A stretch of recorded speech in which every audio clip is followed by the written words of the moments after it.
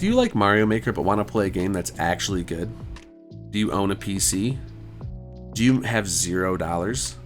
Well, then Lunar Magic is just the thing for you. So Lunar Magic is basically the tool that everyone uses to make Super Mario World ROM hacks. And if you want to make your own ROM hacks, you can head over to smwcentral.net and you can find pretty much everything you could ever need regarding Super Mario World ROM hacking. So if we come over to this sidebar here and go to Tools, we'll be able to find Lunar Magic up near the top of the list here, Lunar Magic 3.31. Go ahead and download that. If you don't already have it as well, go ahead and download SNES 9X. That's a great emulator. It's definitely the best one to use. Either that or RetroArch with the SNES 9X core. Once you have both those downloaded, make sure you have your own copy of Super Mario World ROM. And I got mine right over here. So I'm going to go ahead and make a copy of this. I'm going to rename it, and I'm going to call it LM Tutorial. Go ahead and rename your copy whatever you want. Once you got that taken care of, you can go ahead and open Lunar Magic. We'll go File, Open ROM. Click on your ROM that you're ready to edit. It's going to ask you if you want to add a header. You want to do that. That's going to allow you to edit your ROM. And then once you're done that, you're ready to start editing. Now, I would suggest going and clicking File, Emulator, and Set Up Emulator. And then from here, click Browse and find the emulator you want to use with Lunar Magic. So if you're using SNES 9X, all you have to do is go and find it in your files. Once you got it linked up in this first line here, you're ready to go. However, if you're using RetroArch, you're going to need to put this command line in the second line here. I'll put this code up, or this line up here for you to read on the screen nice and big. Just note that the in between the dots is the file location of your Super Nintendo emulator core. So just make sure that yours matches up to where your location and what your file name is. Otherwise, the rest of this line of dialogue or line of code, whatever this is you want to call this here, it's going to be the same. So once you got that all linked up, go ahead and click OK. Now, if you click F4, you'll instantly load up that emulator and this ROM that you're working on. So it'll save you a bunch of time rather than having to go to your file folder, open all that up individually, open the emulator, open the ROM. You know, it saves a bunch of time. So I highly suggest that. So once you're there and you've done all that, we're ready to start editing. So I guess first things first is we'll go over the editing modes. So we basically have layer 1, layer 2, and sprite editing mode. So layer 1 editing mode is going to take care of your ground, these bushes, you know, coins, blocks, cement blocks, pipes, all the kind of terrain that Mario stands on and stuff like that. And then there's layer 2 editing mode, which we're not going to use here. Layer 2 is just for specific layer 2 levels, like for instance a castle with the spikes like going up and down from the ceiling and crashing into the ground. That would be like a layer 2 level. So most of the time you're not going to use layer 2. And then the other editing mode is the sprite editing mode, which allows you to select sprites like the Bonsai Bill, the Rexes, Mario himself, all that good stuff. So also to note, if you click on the middle mouse button, you can toggle between layer 1 editing mode and sprite editing mode. So that's also a really handy quick hotkey thing for you. So next to that, we have the add object window. This will give us some basic objects that we can select and drop into our level, and we're able to do that by selecting them and then right clicking. The same applies for the things on the level itself. Like I can click this bush and then right click and place a new bush, and then I can go ahead and click on it and then click delete to erase it.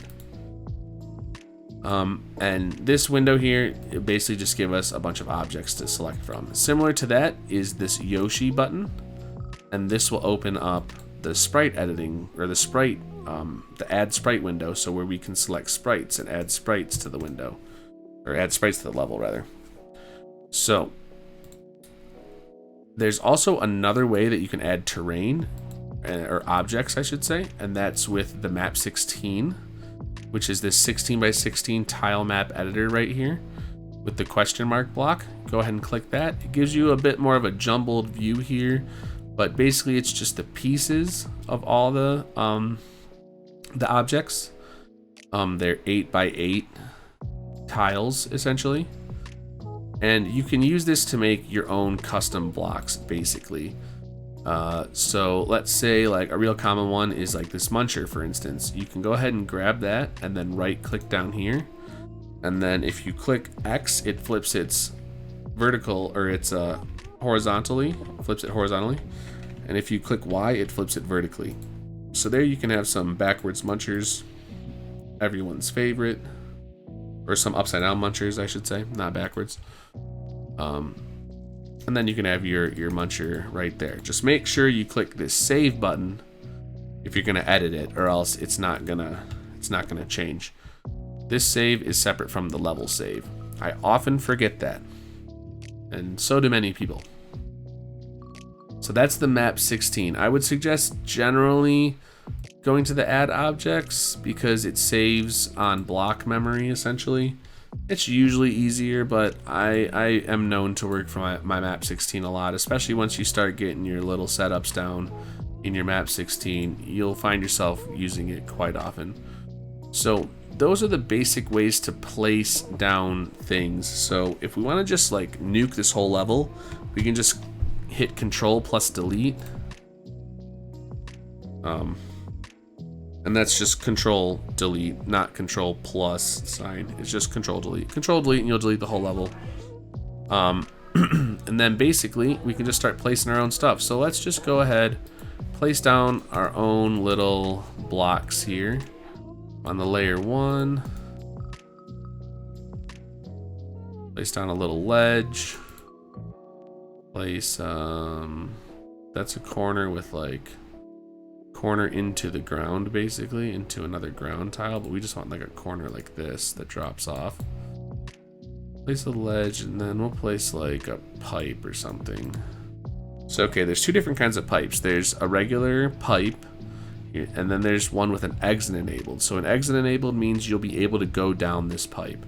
So I don't want one that you can go down, I just want a regular one. And a real quick tip, Mario from a regular running jump can jump 5 tiles. 1, 2, 3, 4, 5. If you have P speed, you can sometimes get 6, and 7 is higher than Mario could ever jump. Unless maybe you're in like a layer 2 level where it's scrolling, the layer 2 scrolling down, and you're jumping off a layer 2, then maybe you could, but I mean, that's a really specific thing. 8 tiles though, for sure, absolutely never. You'd need to do a shell jump or jump off something else. So we'll go 8 tiles high. And then we'll put like a Koopa or something, like a winged Koopa. Let's do a vertical one. So we'll do this guy. So let's just go ahead and give that a quick test. We can do that by clicking F4. Then load up our emulator that we just linked up.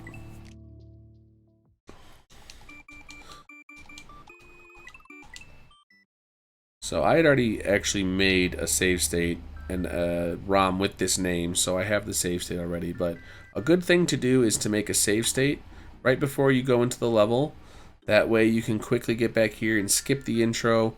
Generally, if you go to the Yoshi house and then you walk off the screen, that counts as like a save. So then you won't have to watch the intro again. But if you started and you made your own overworld or something like that, or you put Mario on a random part of the map to edit a different level, then you're going to have to make a save state just to save yourself time. But make sure you do it on the overworld, because if you do a save state on the level, it can break your save state sometimes when you make edits, and you're just going to lose it. Okay, so we have this first little setup. Super simple, but we just wanted to just show, okay, placing a sprite, placing the thing, whatever. We got to the level. It was on 105, so all we had to do was go to Yoshi's Island 1, because we basically just overwrote this level, right? If you were to have built it on a different level, we would have had to go and edit the overworld a little bit to get there. So that's why I just suggest if your first level, just edit on 105. You won't have to change anything. You can just open up the game, go to Yoshi's Island 1, and there's your level being edited already. So that's all cool, but what if I don't want to do, you know, basically an edited version of level 105, which is what this basically is. Like, we have the same everything, right? We didn't change anything about the level other than, you know, what it looks like, you know, how it's set up. But what if I wanted this to be a castle or a forest or something? Well, you can do that, and that's where these little guys come in handy. The red mushroom and the purple mushroom. We'll start with the purple one because that's a little bit more straightforward. This is the graphics header. This changes basically the default sprite and foreground tile sets. So right now we have as the foreground background graphics, we have normal 2, and as our sprite graphics, we have Bonsai Bill. So we could change our sprite to like castle, for instance. So we could have normal with like castle sprites, which I don't know if they've ever done that in the game, you know, normal with a thwomp, you know. So we got that, and of course we could change normal to something else. We could do like underground 1. That's gonna mess everything up. Like, we got this, but our background got all screwed up, right? So let's say we wanted to have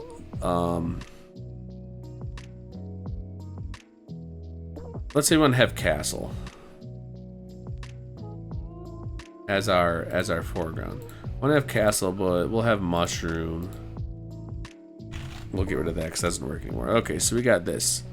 So, but let's say we didn't want to have a castle background. Like, this background does happen to work, which you usually wouldn't see. But a lot of times the backgrounds, as we saw with the cave, it didn't work because you actually would have to change the background for that. So let's say we wanted to have something that didn't work here. Like, let's say we wanted to have like this background, like the forest background. I don't think this will work.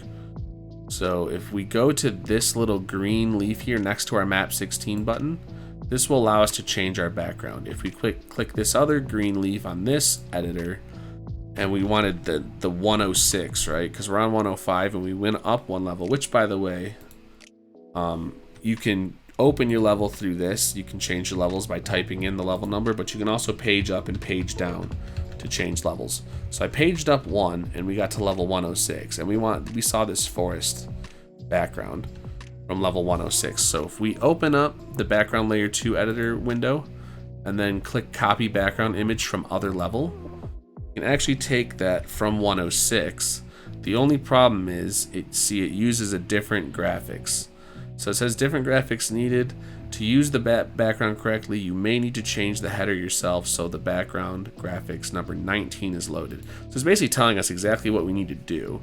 It's saying you need to change the background header itself so that 19 is loaded. Well, we could do that, but we have to change out a castle, right? Because if you see here, the background is 1B. It wants 19. Well, we could get 19 from this. We could get it from rope. We get it from forest. But we want castle. So in order to do that, that's where the red mushroom comes in handy. Now this is the Super GFX Bypass. This allows us to change every single file folder related to graphics, essentially. So it told us we needed background 19. If we click this box, it will enable bypass of standard foreground, background, sprite, graphics, and the older bypass methods of this level. So it's basically telling us we can bypass some of this stuff in here. Well, basically all of it if we wanted to, by checking this box. So we check this box and these boxes become active. It will now allow us to bypass any one of these by changing them, right? So we wanted to have the background to set to 19 and not 1B. So if we change this to 19, now we have our forest, but we didn't have to change anything else. So as opposed to this, which changes every single thing in this group, as you can see, it's changing foreground 1, all this. Foreground 1 and foreground 2 generally stay the same. I say generally to mean they always stay the same. These are always the same. Same with Sprite 1 and Sprite 2, SP1, SP2. But it is changing background and foreground 3 and SP3 and SP4.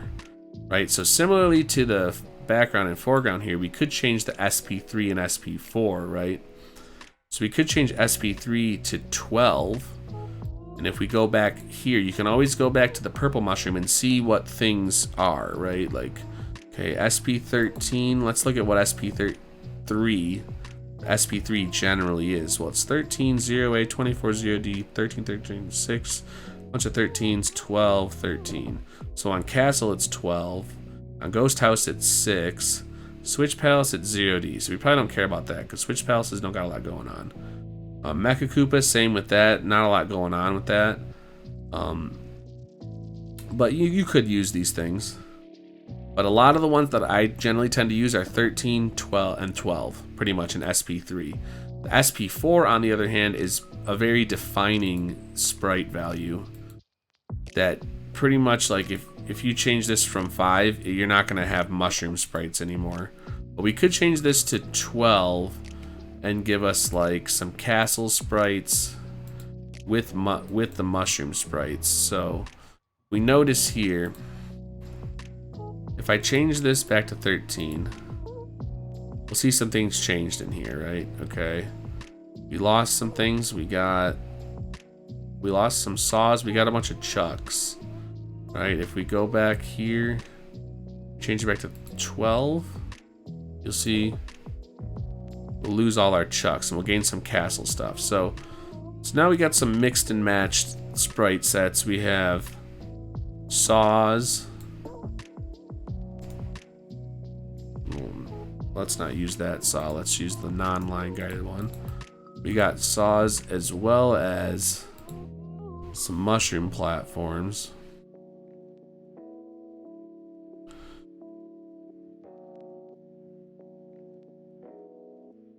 Right, like one of these.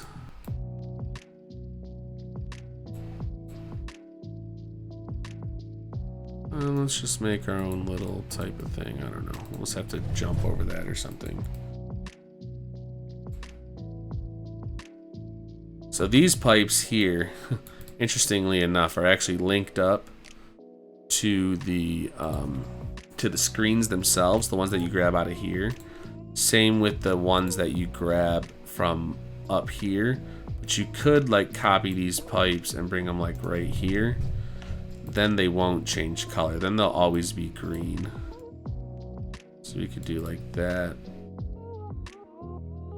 And you could also change their palette if you wanted them to not be green. If you wanted them to be silver instead, you could change them to whatever the silver palette was. I don't know what that is. It's like 4 or 3. I don't know. Yeah, 3. But we'll just keep it as 7 or 5. 5 is green. So whatever. We got this little thing here. So now we got this whole mixed and matched level. Let's change the palettes here. So if we click the star here, we can change the palettes. If we enable this, we can change the palettes based on the level. But for now, we'll just work with the default palettes, and we'll just change the foreground palette to like 4 or 5 or... I like 4. We'll go 4, and we'll save. Now we got this little setup here with the mixed and matched.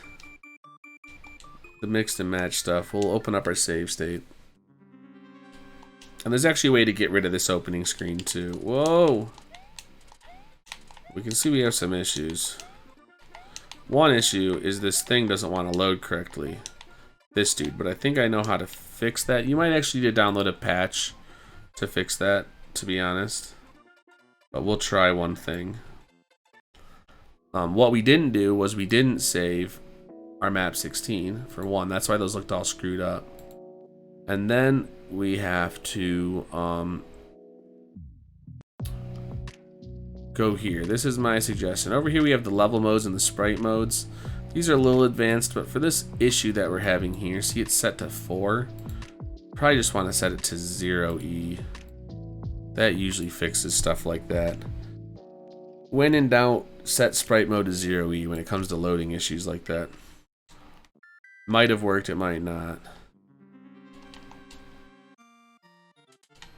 Yeah, see. So we got that. Whee! Okay. So that all works. Blah, blah, blah. So what are some other components to a level? We know how to put the sprites in, put the blocks in. You know, we know how to change up all this stuff using these. What about pipes, for instance? What if we made a pipe that actually works? That was down here. Like, I don't know, maybe after this part we had like a pipe or something.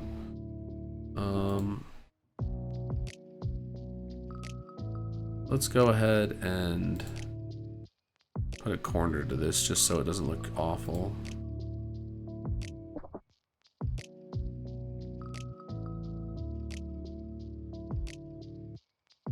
And then we could put another corner over here. We could put another pipe, because why not? But instead of these pipes that were just these regular pipes, we actually want a pipe this time with the exit enabled. Ooh, that's the pipe we want. That's our pipe right there. So also, let's also do a midway, so we know how midways work. Midways are pretty simple. Basically, here's the midway goalposts. We want to send that behind, and we do that by scrolling with the scroll wheel. We can send it behind other blocks. And now the tape is all the way down here for some reason. I don't know why, don't ask me. There's the tape. Now basically when Mario collects this tape and dies, he'll respawn where this sprite is at.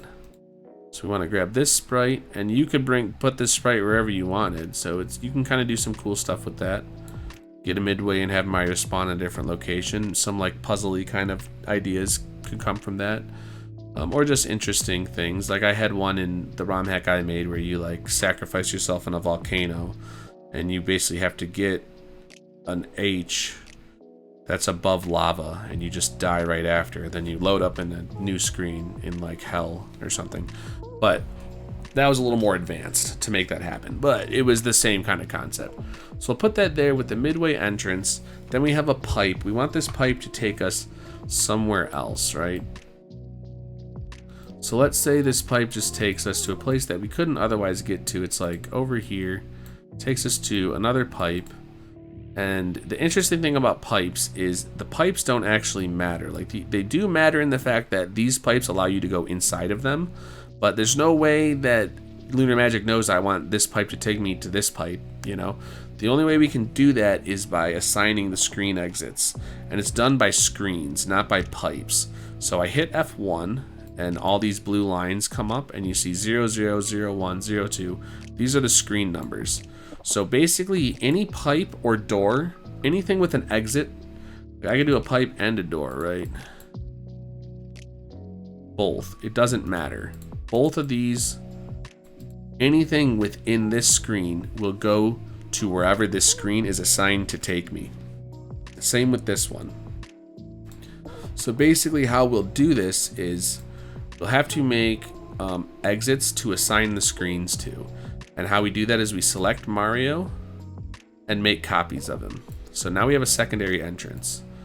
We'll put that in this pipe. And you'll notice that Mario's just kind of standing. He's gonna load in standing like that, and we don't want that. We want him to load in coming through a pipe, because similarly to how the pipes don't know that they're linked together, the pipes don't even really know that when you load up and this exit doesn't know you're coming through a pipe. This is kind of a separate thing here. So in order for us to assign the pipe animation to this, I like to, with this sprite selector mode on, I like to alt right click, but you can also click this door with a 2, open modify secondary entrances dialog. Click that, or you could alt right click on the entrance itself. And if we go to Mario Action here, as you can see, you could change the destination to a slippery level or a water level, or face Mario a left direction. But interestingly, you can change the level itself with an exit. So just by going through a pipe, I could change this into a water level. Some interesting ideas there. I don't really know what you do with it, but it's something interesting could be done by someone smarter than me. But what we're concerned with here is this do nothing cannot bring item dialog box here. We want to change this to a vertical pipe exit up, so that when Mario goes through this pipe or comes out of this pipe, he's going up. And we'll make a copy and put another secondary entrance over here. So we'll make these pipes go both ways, right? But I don't really want this to be secondary entrance 105, so I'll alt right click on this one, and I will make it number 1. just for simplicity's sake. So now that we have these exits created, and again, I did that just by clicking on a Mario sprite and right-clicking. It'll just make new exits, right? Forever, until you run out of memory. But we made these guys, we put them in these pipes, we changed their attributes by alt-right clicking on them, and going to the Mario action button to make sure they are vertical pipes. And we're also making sure to line them up so their head is flush with the pipe, like this. You don't want them like this or like this, you want them like that. Once we got that set up, we can actually assign the exits, and that is done by going to this door with the plus and minus on it. It says open modify screen exits dialog. We're going to click that, and you'll see here it says screen number of exit to modify. So it's asking us what screen we want to modify. Let's start with this first one, which will control the pipe and the door on this, both of them. Anything on this that you can go through and use as an exit, it will set it, basically. So we'll set screen 1, and we say we want to take this to secondary exit 1. But we want to make sure that use above value as a secondary exit is selected. Otherwise, it's going to take us to level 1, and that's not what we want. We could do that. We could go to a whole new level this way too. So you could go from level 105 to 106 through this pipe if you wanted to. But we want to go to secondary exit 1. So we're going to click OK. Now this screen is highlighted blue, and you can see secondary exit 1 to 105. And again, we're seeing this display by hitting F1. We can toggle this on and off. So it's basically saying secondary exit 1 is where this screen is going to take us, which is this exit right here. It says secondary entrance 1, but they're one and the same. And it's saying to 105, meaning that secondary exit is in level 105, which is this current level. If secondary exit was in a different level, it would say 108 or 107, you know, whatever it is. So we'll do the same thing over here. We'll go to screen 2. This time the level destination will be secondary exit 0. Now make sure that secondary exit thing is selected, or else you're going to the bonus room and getting soft locked. You don't want that, because level 0 is the bonus room. Now this is on a screen border, which is dangerous, and my suggestion is this, just because it doesn't really happen with pipes as much, but with doors especially, you can line up so Mario's kind of standing over this edge. So just to be safe when I do this, I usually do the same thing for screen 3, just in case. Unless I needed screen 3 for a different door, then you'd really just have to make sure not to put it on the border like that. But we'll both have these the same, so you can see secondary exit 1 and secondary exit 0. So then beyond here, let's just do goalposts so we can end the level. I'm not going over like level design ideas or concepts. It's mainly just showing you how to work this program, how to make basically most of the things you'll run into with the level. We're making a pretty standard level now. I'll do another episode where we make a little bit more of an advanced level and include all this weird shit in it, but this stuff is pretty straightforward stuff. And let's then go ahead and put the goalpost in so we can end this level off. So there's your goalpost in the objects menu. You'll notice that there's these weird like leaf bushy looking things down here. Just put those below the ground and then scroll back so they're one tile beneath. And then once they're one tile beneath, we're gonna go to actually the sprite selector, because the goal tape is actually a sprite because it moves up and down. So we're gonna grab that sprite. There's actually 4 of them, because you could have 4 exits in a level. You can have a normal exit and then 3 secret exits. We're just going to use the normal exit though. And for this goal tape, you want to put it so it's right on the ground when the goal post is like this. This way it'll go up to here to the right spot and look proper, because if you put it like right here, it's going to go like all the way up here and then down to here. You don't want that. This is its lowest point that it goes, basically. So we're going to go ahead and save that. Click F4, bring up our emulator, give it one last test. Oh, actually, before we do that, if we want to get rid of the castle intro, we want to go here to the open change other properties dialog. It looks like a 3 three-leafed thing. And where it says disable no Yoshi level intro, that's what you want to click. You want to make sure that's checked and then click OK, and that will get rid of the castle intro. I think it's appropriate for here because we're not really in a castle, we're kind of like in a forest now. It's like a forest ruins kind of vibe. I don't know really what it is. It's just some bull crap. My controller's not working. There it is. Okay. So we'll go over to Yoshi's Island 1 and we'll give it a test. So there it is.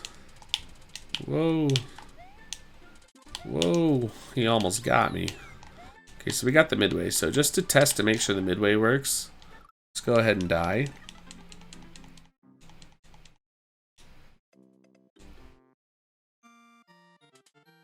Okay, looks pretty good to me.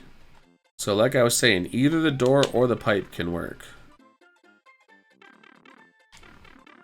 So that worked. And the pipe works, and the door works. And then we get the gold tape. Now, an interesting thing about Super Mario World is you need to have enough ground on the other side of that goalpost to actually play out that animation. Otherwise, Mario is dead as dirt, basically. He dead as shit. So, one interesting thing as well about, whoa, where did I go? About the screens is if we don't put anything past this screen, the screen won't scroll past this. So we could do this and like, we know for sure we'll live because we won't even walk past the screen.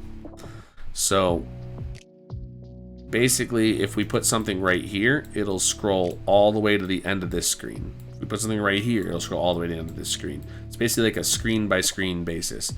If there's something on that screen, it'll scroll to the end of the screen, pretty much. Only for objects, though, not for sprites. You could have all the sprites you want over here. It's not going to matter. So we'll give it one more test.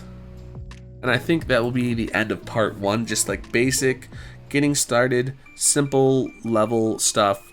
How to use doors and pipes, how to change your level settings so you can get different sprites in, and you'll learn all the different kind of sprite sets and tile sets. You'll familiarize yourself with that stuff.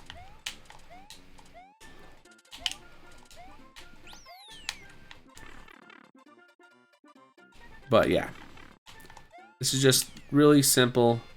Go through our level, make sure it works, make sure we can pass it. You know, obviously this is an extremely simple level and you would make it way harder than that. Most likely, unless you're going for something really easy and with nothing going on. But as you can see, we have the normal events playing from the vanilla game. And you can change that, and we'll go over that probably in the next episode. We'll go over how to make your own little overworld, how to edit the overworld background tiles, how to edit the level tiles, how to edit the events so that when you beat a level, it opens up a different path and it plays a different animation than just the vanilla one. But we'll say that for next episode. But yeah, until next time, guys, have a good one. Peace.